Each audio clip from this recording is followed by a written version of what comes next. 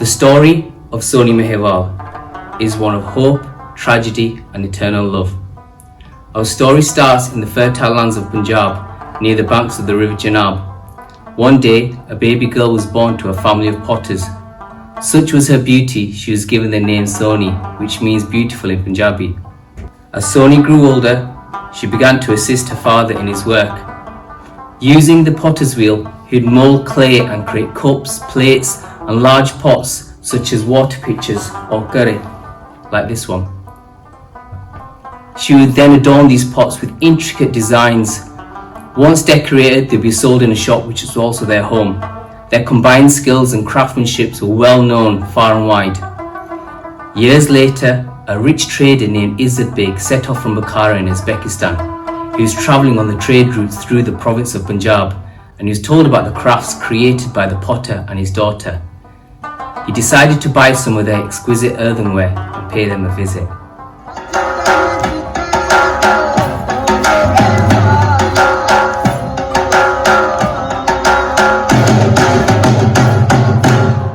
When he visited the potter's shop, he saw Sohni working hard decorating the pots, and in a moment his heart began to flutter. It was truly love at first sight.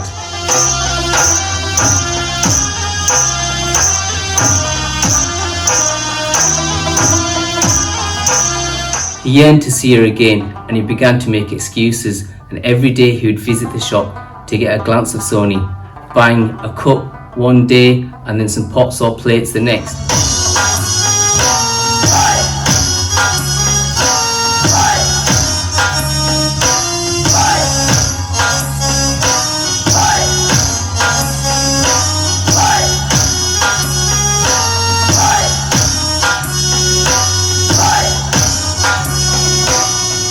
Over time, Sohni gave her heart to him, and they both fell deeply in love.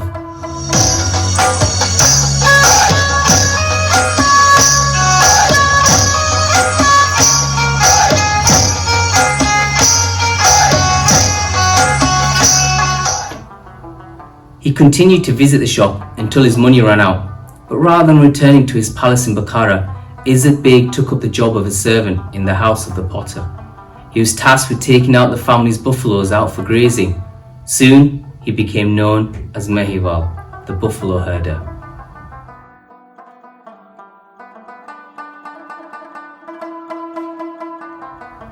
Sohni and Mehar began to meet in secret, but when people began to find out about their relationship, there was an uproar in the community. It was inconceivable that a daughter from the community could marry an outsider, and so her parents immediately arranged for her to be married to another potter.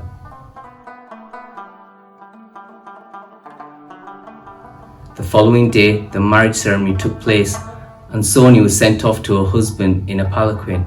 She was confused, helpless and lost.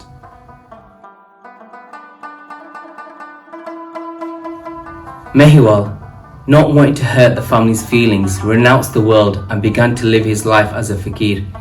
He moved into a small mud hut on the banks of the river Chenab, which is situated on the other side of the river, opposite the new home of Sohni. He did this so he may have had the chance of seeing a glimpse of her in the distance on clear days. Soon after, in another twist of fate, Sohni's husband died through a snake bite, and in those days, this meant that she would remain a widow and continue to live her life in the house of her in-laws in lifelong servitude. Her love for Mehar had not diminished, and her feelings just, pulled her back into his arms. In the cover of darkness, when everyone was fast asleep, the lovers would meet by the river.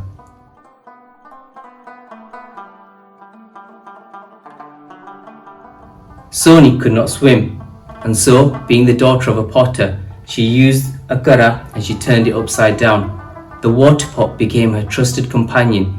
aiding her across the waters and enabling her to meet her lover. It is said that he would catch a fish for her every day, and in the evening he would wait for her to cross the river, and then they would meet on the riverbanks. They would speak about their love for each other underneath the stars.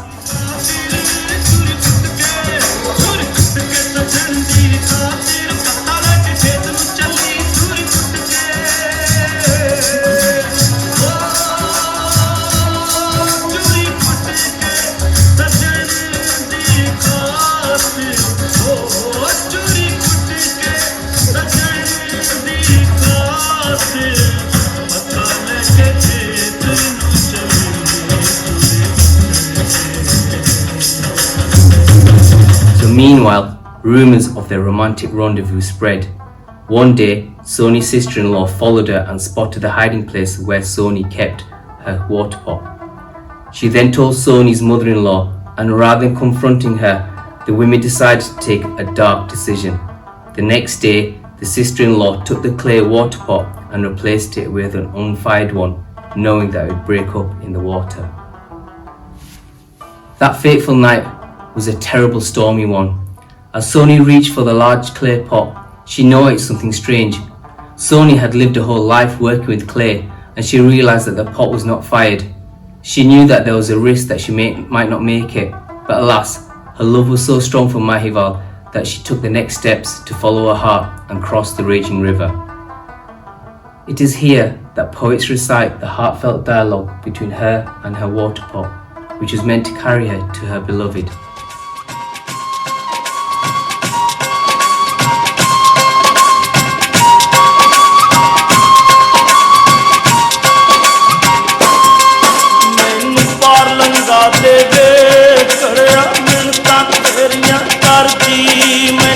पार लंघा देवे कड़िया मिनता तेरिया करदी ओ पीछा मुड़ जा सोहणीए नी इत्थे कोई नहीं तेरा दर्दी मैनू पार लंघा देवे कड़िया मिनता तेरिया करदी.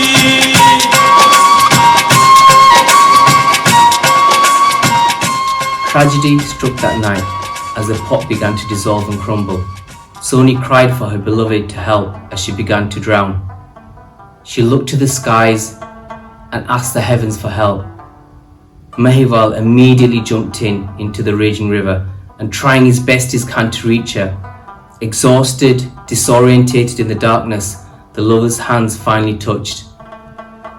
As they embraced, they both drew their last breath together, reunited in eternity in their passing. In the West, we can compare stories like Sohni Mahewal to those such as Romeo and Juliet. But unlike many stories from around the world, where the man's name comes first in the title and is usually the protagonist, love stories of the Punjab have the woman's name in the beginning. Sohni did not sit around crying and waiting to be rescued by her knight in shining armour. In the end, Sohni was fearless, and she used her love, her passion, and her intense longing for Mahewal in an attempt to fight all the odds. She died as a warrior of the heart, and her story will live on forever. Thank you.